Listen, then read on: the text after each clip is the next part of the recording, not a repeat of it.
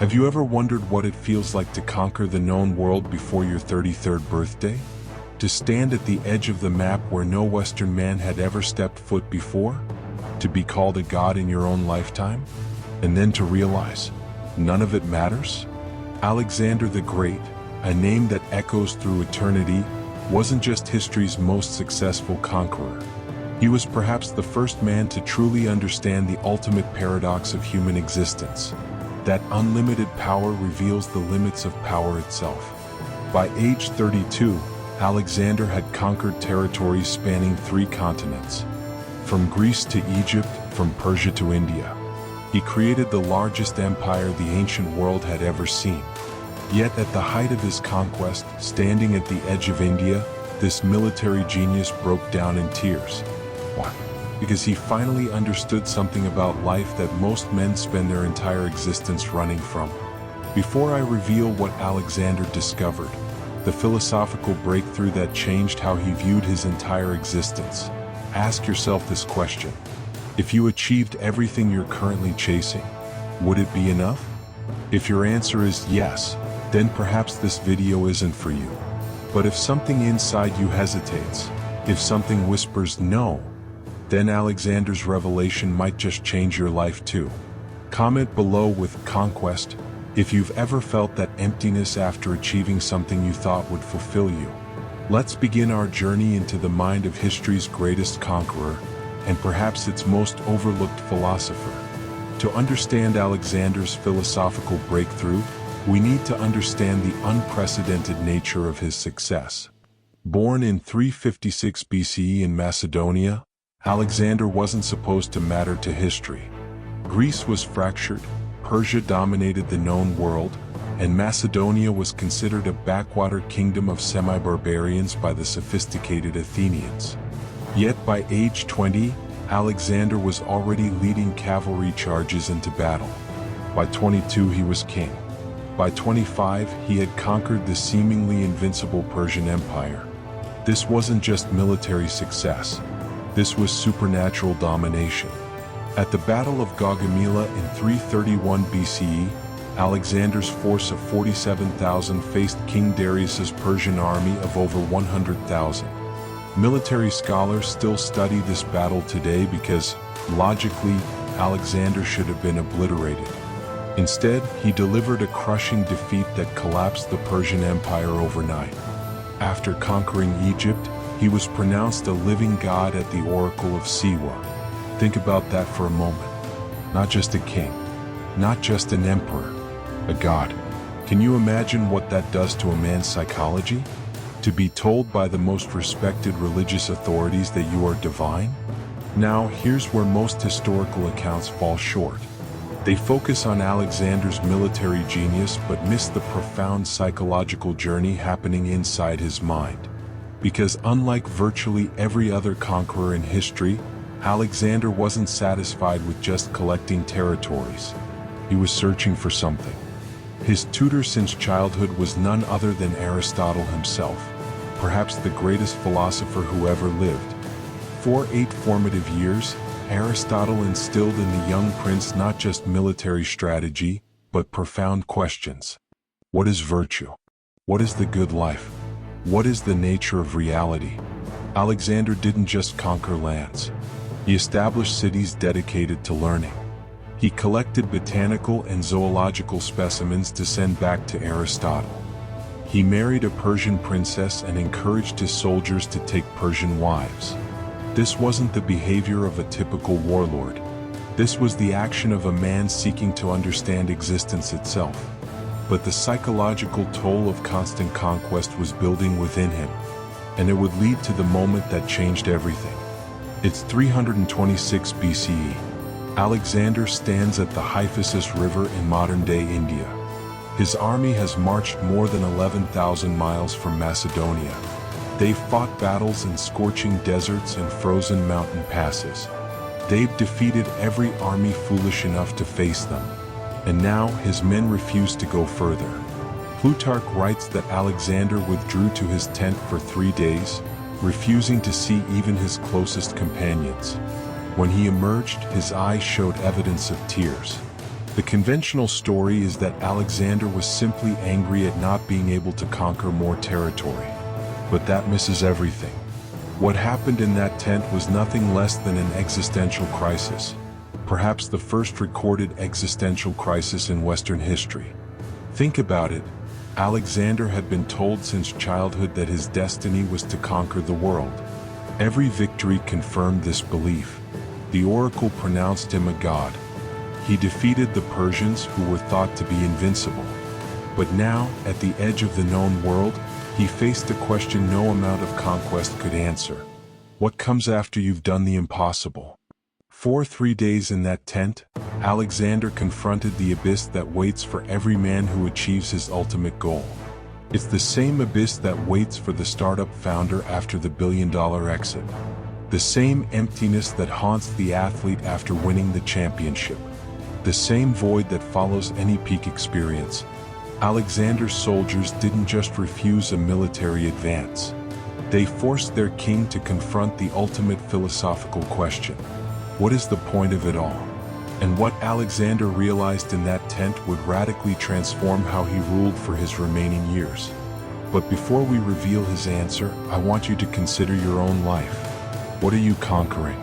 What territories are you so desperately trying to claim? And most importantly, what do you think waits for you at the end of that conquest? Comment, abyss, if you've ever reached a goal only to immediately feel empty afterward. To understand Alexander's breakthrough, we need to step back and examine the philosophical foundation installed in his mind by his teacher Aristotle. Unlike the mystical Plato, Aristotle was a practical philosopher. He taught that happiness, or eudaimonia, wasn't just pleasure or honor or wealth. It was activity of the soul in accordance with virtue. In other words, the good life comes from excellently performing the function proper to human beings. But here's the critical point that scholars often miss. Alexander had been excellently performing his function as a king and conqueror. By Aristotle's definition, he should have been deeply fulfilled. Yet at the Hyphasis River, he wasn't. This contradiction tormented Alexander. He had followed Aristotle's formula perfectly. He had achieved irate excellence in his role as king. His virtue as a military leader was unquestionable. So why the emptiness? The answer lies in something Aristotle only hinted at but never fully developed in his surviving works: the relationship between external accomplishment and internal fulfillment. Alexander's crisis revealed the gap in his teacher's philosophy. Excellence in function is necessary but not sufficient for true eudaimonia. Think about this in modern terms. We're told that success, achievement, and recognition will bring fulfillment. We climb corporate ladders, chase follower counts, pursue advanced degrees, all with the promise that accomplishment equals happiness. But how many successful people do you know who are profoundly unhappy?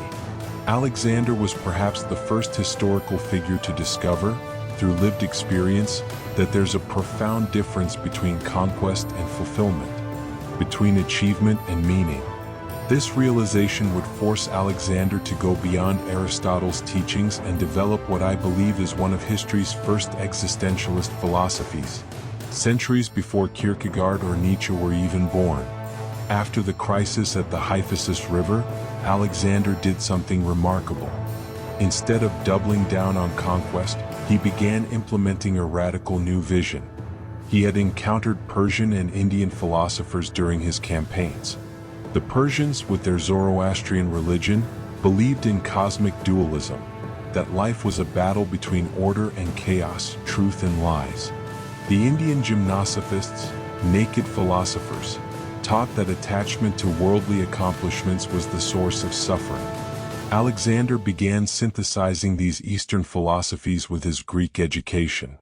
The evidence is in his actions.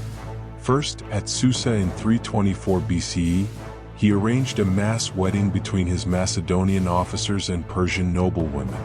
He himself took a second wife, Statira, daughter of Darius. This wasn't just political alliance. This was philosophical integration. Second, he began incorporating Persians into his elite companion cavalry and even into the feared Macedonian phalanx, a move that infuriated his Greek soldiers. Third, he adopted elements of Persian dress and court ceremony, including proskynesis, ritual prostration before the king. His Macedonian commanders were outraged. They saw this as betrayal of Greek values, but they missed what Alexander was really doing. He wasn't becoming Persian. He was transcending both Greek and Persian identities to create something entirely new, a philosophical framework where East and West could coexist within a single mind, a single empire, and perhaps even a single soul. Alexander had realized something profound. The Greek obsession with individual glory and the Persian tradition of cosmic harmony weren't opposed philosophies. They were complementary pieces of a larger truth about human existence. Think about how radical this was. In the ancient world, your cultural identity was everything. Greeks viewed non-Greeks as barbarians. Persians viewed non-Persians as inferiors. Every culture saw itself as the center of the universe.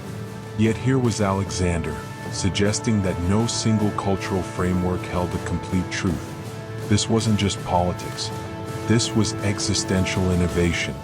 Alexander was creating a new way of being human, one that transcended the limitations of any single cultural perspective. And this brings us to his most profound insight of all, one that would anticipate Nietzsche by more than 2,000 years. In 323 BCE, just a year before his death, Alexander held a banquet at Opus to celebrate the unity of Persians and Macedonians. During this feast, he reportedly offered a toast that hints at his evolved philosophy. From now on, let all mortals live as one people in fellowship for the good of all. See the whole world as your homeland with laws common to all, where the best will govern regardless of their race. This wasn't just political rhetoric. This was a radical philosophical position, that human-created categories like Greek and Persian, civilized and barbarian, were artificial constructs. Alexander had moved beyond good and evil as defined by cultural norms. He saw that these categories were invented, not discovered. This insight places Alexander firmly in line with what would later become existentialist thought, the recognition that humans create their own meaning in a universe that offers no inherent purpose. Consider what this meant for a man who had been told since birth that his purpose was to conquer, that Greeks were superior to barbarians, that his destiny was written in the stars. Alexander had achieved everything his culture told him would bring fulfillment. And in achieving it, he discovered its emptiness. So he did something truly revolutionary. He began creating his own values. Not Greek values, not Persian values, Alexander values. This is precisely what Nietzsche would later call the task of the Übermensch, to create values rather than inherit them. To move beyond cultural good and evil toward an authentic expression of one's own nature. How many of us live by values we've never questioned? How many pursue goals handed to us by parents, teachers, social media, or culture without asking if they truly align with our deepest nature? Alexander's breakthrough wasn't just philosophical. It was deeply personal, and it points to a question each of us must face. Are you living by inherited values, or have you created your own? Comment, values, if you've ever questioned whether the goals you're pursuing are truly your own. Alexander's philosophical evolution culminated in what historians call his policy of fusion. But what I see is nothing less than an early vision of cosmopolitanism and universal humanity. At Opus in 324 BCE, Alexander prayed for homonoia, harmony and unity of mind between all peoples. This wasn't just political expediency. This was a radical new ontology, a new understanding of what it means to be human. For the ancient world, this was revolutionary. Identity was tribal, ethnic, polis-based. The idea of a universal humanity transcending these boundaries simply didn't exist as a philosophical framework. Yet Alexander not only conceived it, he tried to implement it. He established over 70 cities across his empire, Cities where Greek, Macedonian, Persian, Egyptian, and Bactrian lived together intermarried and created new cultural syntheses. He instituted a common currency, standardized weights and measures, and encouraged trade networks spanning from Egypt to India. He sponsored the translation of cultural and religious texts between languages, an early version of what would later become the Great Library of Alexandria. But most revolutionary was his personal example. Alexander didn't just talk about unity, he embodied it. He married Persian women. He adopted elements of Persian dress. He incorporated Persian units into his army alongside Greeks. He prostrated himself before Persian gods while still honoring Zeus. This wasn't cultural appropriation. This was cultural transcendence. Alexander had discovered something profound about human identity, that it's not fixed or essential, but fluid and constructed. We can choose who we become. We can integrate seemingly contradictory cultural elements into a coherent self. This insight anticipates modern existentialist thought by more than 2 millennia. As Sartre would later say, existence precedes essence. We are not born with a fixed nature. We create ourselves through our choices and actions. Think about what this means for you. The categories that seem to define you, nationality, ethnicity, gender, profession, politics, are not iron cages. They're starting points. Your true power as a human being lies in your ability to integrate, transcend, and ultimately create your own authentic identity. This was Alexander's most profound philosophical breakthrough, that the meaning of life isn't found in conquest or achievement or even excellence. It's found in the ongoing act of self-creation and self-transcendence. Alexander's philosophical breakthrough came at a devastating personal cost. His closest companion, Hephaestion, died in 324 BCE. Alexander's grief was so extreme that he fasted for days, cut his hair in mourning, and crucified the physician who had failed to save his friend. Then came the mutiny at Opus, where his Macedonian veterans, the very men who had followed him across the known world, rejected his vision of cultural fusion. "You make the vanquished equal to the victors," they shouted.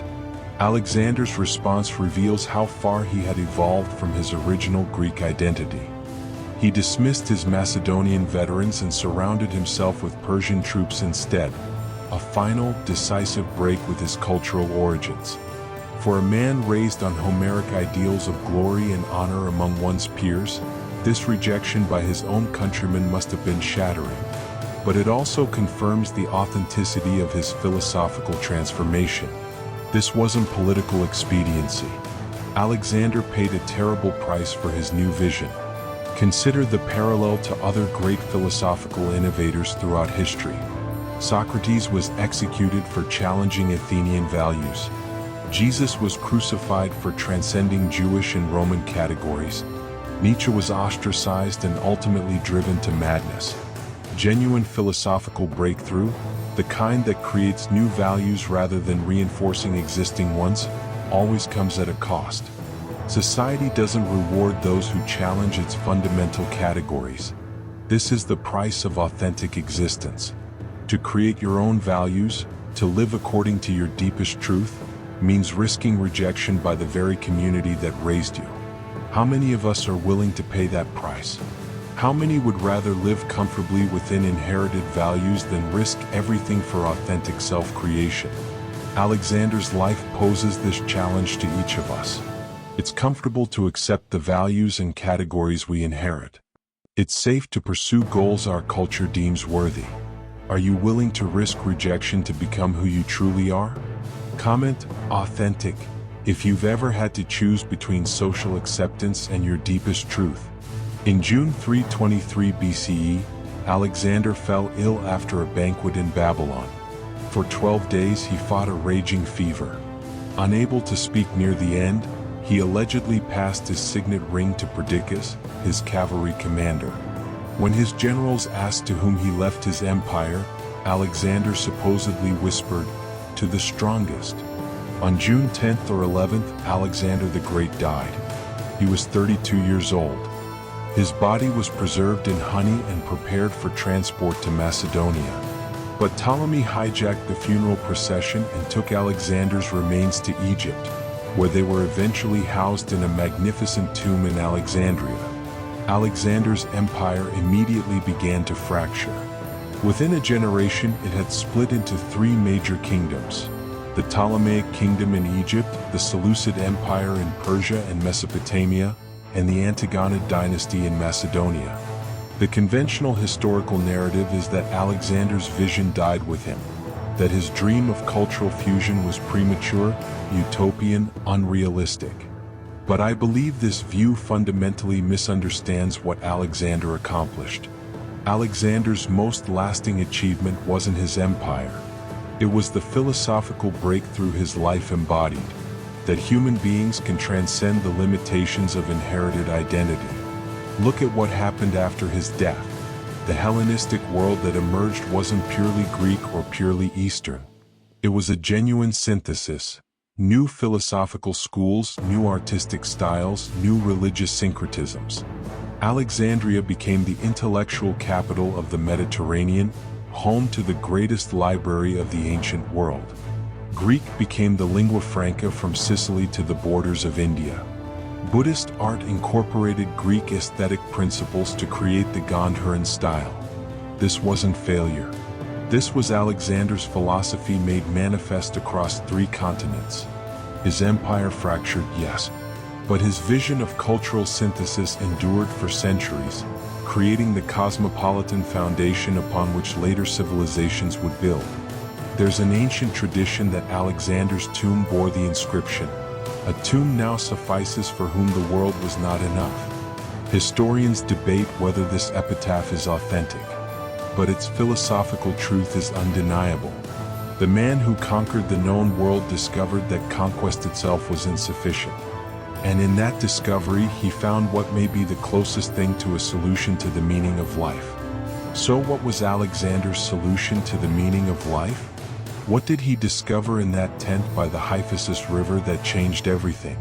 The answer is both profound and deceptively simple. The meaning of life cannot be found. It must be created. Alexander discovered what existentialist philosophers would later formalize, that in a universe without inherent meaning, the authentic human response is not despair but creation. When Alexander realized that unlimited conquest wouldn't fulfill him, that achieving everything his culture valued still left him empty, he didn't collapse into nihilism. Instead, he began creating new values, creating new identities, creating new possibilities for human existence. This is why he integrated Persian and Greek elements rather than simply imposing Greek culture on the conquered territories. This is why he established cities where different peoples could live together. This is why he encouraged his soldiers to marry Persian women. Alexander wasn't just building an empire. He was creating a new way of being human, one that transcended the limitations of any single cultural framework. Think about how this applies to your life. The emptiness you feel after achievement isn't a sign of failure. It's an invitation to create something new, to move beyond inherited values toward authentic self-expression. The career success that leaves you unfulfilled. The relationship that looks perfect on paper but feels empty. The goals you've achieved that somehow didn't bring the satisfaction you expected. These aren't failures. They're invitations to step beyond inheritance into creation. Alexander's solution to the meaning of life was to become a conscious creator of meaning rather than a passive inheritor of cultural values. This is what Nietzsche would later call becoming who you are, the authentic expression of your unique nature beyond good and evil as defined by society. How many of us have the courage to follow this path? How many would rather live safely within inherited values than risk everything for authentic self-creation? Alexander's life poses this challenge to each of us. The meaning of life isn't something you find at the end of conquest or achievement. It's something you create through the ongoing act of authentic self-expression.